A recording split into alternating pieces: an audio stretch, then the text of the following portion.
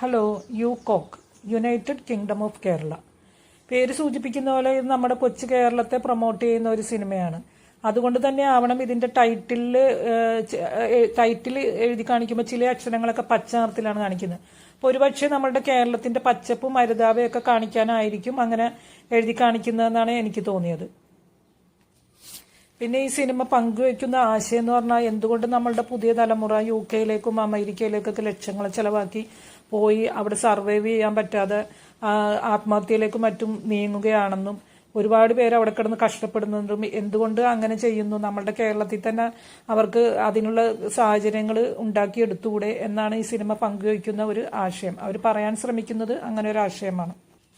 ഈ സിനിമ തുടങ്ങുന്നത് ഒരു ക്രിഞ്ച് സീനോടുകൂടിയാണ്.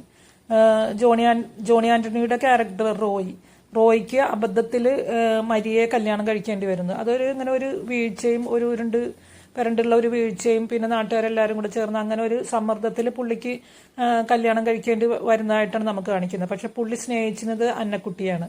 പക്ഷെ പുള്ളിക്ക് അബദ്ധവശാൽ മരിയെ കല്യാണം കഴിക്കേണ്ടി വരുന്നു. അങ്ങനെ അവർക്ക് എങ്ങനെയോ ഒരു കുട്ടിയും ഉണ്ടാകുന്നു. അപ്പോൾ ഇതിലെന്ന് വെച്ചിട്ടുണ്ടെങ്കിൽ എനിക്ക് തോന്നിയത് ചേരേണ്ടതേ ചേരുള്ളൂ എന്നാണ് എനിക്ക് തോന്നിയത്. കാരണം എന്ന് വെച്ചാൽ വർഷങ്ങൾക്ക് ശേഷം അന്നക്കുട്ടിയെ കണ്ടുമുട്ടുമ്പോൾ അന്നക്കുട്ടി റോയിയോട് ചോദിക്കുന്നത് ഇങ്ങനെയാണ്, എന്തൊരു കോലോടാ നിൻ്റെത്, ആകെ വണ്ണം വെച്ച് വയറും ഒക്കെ ആയി, കണ്ടാൽ എന്തൊരു പ്രായം തോന്നണ്, പിന്നെ എൻ്റെ നീ മരിയയെ കല്യാണം കഴിച്ചില്ലായിരുന്നെങ്കിൽ ഇവൻ എൻ്റെ തലയിലായനെ എന്നൊക്കെയാണ് പിന്നെ അന്നക്കുട്ടി റോയിയോട് പറഞ്ഞു.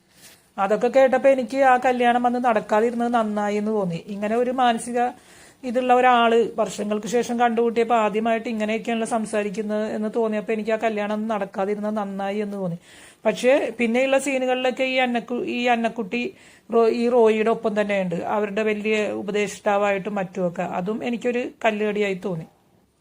ഇതിലെ നായകൻ രഞ്ജിത്ത് സജീവാണ്. പുള്ളി നമ്മൾ ഗോളത്തിലൊക്കെ പുള്ളിനെ കണ്ടിട്ടുണ്ട്, അതിലൊക്കെ എനിക്ക് നന്നായിട്ട് തന്നെ ചെയ്തിട്ടുള്ളതായിട്ടാണ് തോന്നിയത്. പക്ഷെ ഇതിൽ എന്തോ ഒരു ഇമോഷണലി പുള്ളിയുടെ ക്യാരക്ടർ നമുക്ക് അത്ര കണക്ട് ആവുന്നുണ്ടായിരുന്നില്ല. എന്തോ പുള്ളിയുടെ എക്സ്പ്രഷൻസും ഒന്നും അത്ര ഒരു എക്സ്പ്രസീവ് അല്ലാത്ത ഒരു രീതിയിലുള്ള അഭിനയം പോലെയാണ് എനിക്ക് തോന്നിയത്.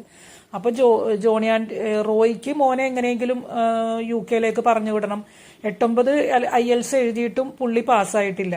അപ്പൊ ഈ ഇതിൽ റോണിയുടെ ക്യാരക്ടർ ചോദിക്കുന്നുണ്ട്, നിനക്ക് UK-യിൽ പോകാൻ താല്പര്യമില്ലെങ്കിൽ നിനക്ക് അച്ഛനോട് പറഞ്ഞൂടെ, എന്തിനാ ഇങ്ങനെ IELTS എഴുതി ഇങ്ങനെ തോറ്റു നടക്കണം എന്ന് ചോദിച്ചപ്പോൾ പറഞ്ഞത്, ഞാൻ തുറന്നു പറഞ്ഞാൽ അപ്പന് വിഷമായാലെന്ന് ഓർത്തിട്ടാണെന്നാണ്. അപ്പൊ ഞാൻ ആലോചിച്ചത്, ഇങ്ങനെ തോറ്റു നടന്നിട്ട് അപ്പനെ വിഷമിപ്പിക്കുന്നത് ഒരു വിഷമമല്ലേ എന്ന് തോന്നി. അതും ഒരു ക്ലാരിറ്റി ഇല്ലാത്തതുപോലെ തോന്നി. റോയി കെട്ടാൻ നടക്കുമ്പോഴേ മരിയ UK-യിലേക്ക് പോകാനായിട്ട് നിൽക്കുമായിരുന്നു. കൊച്ച് ആയി കുറച്ച് കഴിഞ്ഞപ്പോൾ തന്നെ മരിയ UK-യിലേക്ക് പോകും, അവരവിടെ സെറ്റിൽഡാണ്. പക്ഷെ ജോണി ആന്റണി മോനെ UK-യിലേക്ക് വിടാൻ കാരണം പറയുന്നത്, എനിക്ക് എന്തെങ്കിലും സംഭവിച്ചാൽ അവനിവിടെ ഒറ്റയ്ക്കായി പോകുമല്ലോ എന്ന് ഓർത്തിട്ടാണ്. എങ്കിൽ പിന്നെ അമ്മയുടെ അടുത്തേക്ക് പറഞ്ഞു വിട്ടൂടെ, അവിടെ അങ്ങോട്ട് പോയാൽ അവിടെ അമ്മയുണ്ടല്ലോ എന്ന് ഓർത്താണ്. എങ്കിൽ പിന്നെ അമ്മയുടെ അടുത്തേക്ക് പറഞ്ഞു വിട്ടാൽ പോരെ. പക്ഷെ പുള്ളി അപ്പം അതിനൊരു കാരണം പറയണ, അങ്ങനെ പുള്ളി ആഗ്രഹിക്കുന്നുണ്ടെങ്കിൽ കൂടി പുള്ളി പറയുന്നത്, അങ്ങനെ അവരുടെ ഒന്നും ഇതിലെനിക്ക് അവനെ വിടണ്ട, എനിക്ക് എൻ്റെ പൈസ കൊണ്ട് തന്നെ വിടണം, അതാണ് ഞാൻ ആഗ്രഹിക്കുന്നത്, അങ്ങനെ അവൻ പോയാൽ മതി എന്നാണ് പുള്ളി പറയുന്നത്. കഥാനായകൻ ടോണി ഭയങ്കര മുൻഷുണ്ടിക്കാരനാണ്. ഒന്ന് പറഞ്ഞ് രണ്ടാമത്തേന് പുള്ളി നല്ല ഇടി കൊടുക്കുന്ന ടൈപ്പാണ്. അപ്പൊ പുള്ളി അവസാനം അച്ഛനോടൊക്കെ പറഞ്ഞ് സമ്മതിച്ച് UK-യിൽ പോകണ്ട, എനിക്ക് ഇവിടെ പുള്ളിക്കൊരു ഐഡിയ കിട്ടി, ഞാനൊരു പൂന്തോട്ടം, ഒരു വലിയ പൂക്കൃഷി ചെയ്യാന്ന് പറഞ്ഞ് കുറെ ഭൂമിയൊക്കെ പാട്ടത്തിനെടുത്ത് പൂക്കൃഷി ചെയ്യാനായിട്ട് ഒരുങ്ങനെയാണ്. പക്ഷെ പുള്ളി നേരത്തെ ചെയ്തു വെച്ച ആളുകളുമായിട്ടൊക്കെ പുള്ളി അതിനിടക്ക് സൈഡായിട്ട് പൈസ കണ്ടെത്തിയിരുന്നത് മണൽക്കടത്ത് ആരോടും മറ്റുമായിട്ടൊക്കെ ചേർന്നിട്ടാണ്. അങ്ങനെ അവരുമായിട്ടൊക്കെ വഴക്കടിച്ച് പുള്ളി പാർട്ടിക്കാരുമായിട്ടൊക്കെ ഇടഞ്ഞ് അവരെയൊക്കെ പുള്ളി നന്നായിട്ട് ദേഹോപദ്രവം ചെയ്തിട്ടുണ്ട്. അപ്പൊ ഇതിന്റെയൊക്കെ പേരിൽ ഒരു അവസരം വന്നപ്പോൾ അവരൊക്കെ തിരിഞ്ഞ് പുള്ളിനോട് പകരം വീട്ടുന്നതായിട്ടാണ് കാണുന്നത്. പക്ഷേ അപ്പൊ ഈ പുള്ളിക്ക് പിന്നെ പെട്ടെന്ന് എനിക്ക് മുഖ്യമന്ത്രിയെ കാണണം എന്ന് പറയുമ്പോൾ അങ്ങനെ നമ്മൾ ഓർക്കും ഈ ഒരു വിഷയം അവതരിപ്പിക്കാൻ. പുള്ളി ഈ വിഷയം അവതരിപ്പിച്ചിട്ട് പിന്നെ അവിടെ അവതരിപ്പിക്കുന്നത് UK-യിൽ പോകുന്ന പിള്ളേരുടെ ബുദ്ധിമുട്ടുകളെ പറ്റിയും അങ്ങനെയുള്ളവരുടെ കഷ്ടപ്പാടുകളെ പറ്റിയൊക്കെയാണ് പുള്ളി പിന്നെ അവിടെ അവതരിപ്പിക്കുന്നത്. അങ്ങനെ അവസാനം സിനിമ തിരിഞ്ഞു വരുന്നത് അങ്ങനെ ആ ഒരു ലെവലിലേക്കാണ്. മുഖ്യമന്ത്രിയൊക്കെ സർവകക്ഷി യോഗം വിളിച്ച് പിന്നെ നമ്മളുടെ യുവതലമുറ പുറത്തേക്ക് പോയി കഷ്ടപ്പെടാതെ നമ്മളുടെ കേരളത്തിൽ തന്നെ അതിനുള്ള സാഹചര്യങ്ങൾ കണ്ടെത്തണം, അങ്ങനെയൊക്കെ പറഞ്ഞാണ് സിനിമ അവസാനിപ്പിക്കുന്നത്. അപ്പൊ ഈ ഒരു ആവശ്യം ഉന്നയിക്കാനാണോ പുള്ളി മുഖ്യമന്ത്രിയെ കണ്ടത്?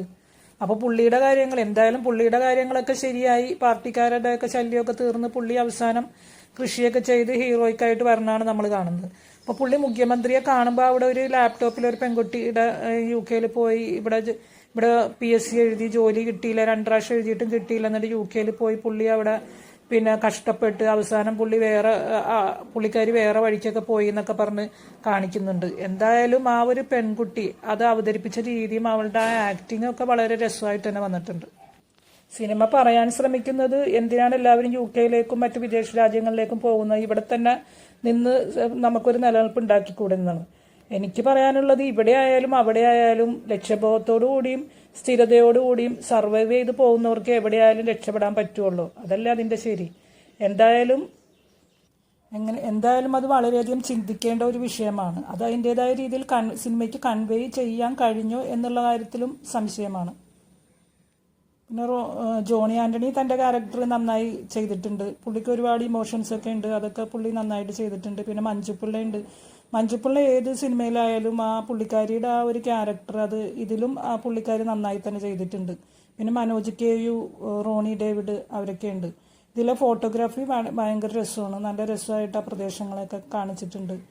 പിന്നെ കൃഷിയുടെ പ്രാധാന്യത്തെപ്പറ്റി സിനിമ പറയുന്നുണ്ട്. റോണി ഡേവിഡും എഞ്ചിനീയറിംഗ് കഴിഞ്ഞിട്ട് പച്ചക്കറി കൃഷി ചെയ്ത് അവർ നല്ല സുന്ദരമായിട്ട് ജീവിക്കണം എന്നൊക്കെ സിനിമയിൽ പറയുന്നുണ്ട്. ഇതിൽ മുഖ്യമന്ത്രിയായി വന്നിട്ടുള്ളത് മനോജ് K. ജയനാണ്. പിന്നെ എന്തായാലും സിനിമ മൊത്തത്തിൽ അത്ര നല്ലൊരു അനുഭവമായിട്ട് തോന്നിയില്ല. നിങ്ങളുടെ അഭിപ്രായങ്ങൾ കമൻറ്റ് ചെയ്യുക. വീഡിയോ ഇഷ്ടമായെങ്കിൽ ലൈക്ക്, ഷെയർ ആൻഡ് സബ്സ്ക്രൈബ്. ഇനിയും മറ്റൊരു വീഡിയോയിൽ കാണാം. ബൈ.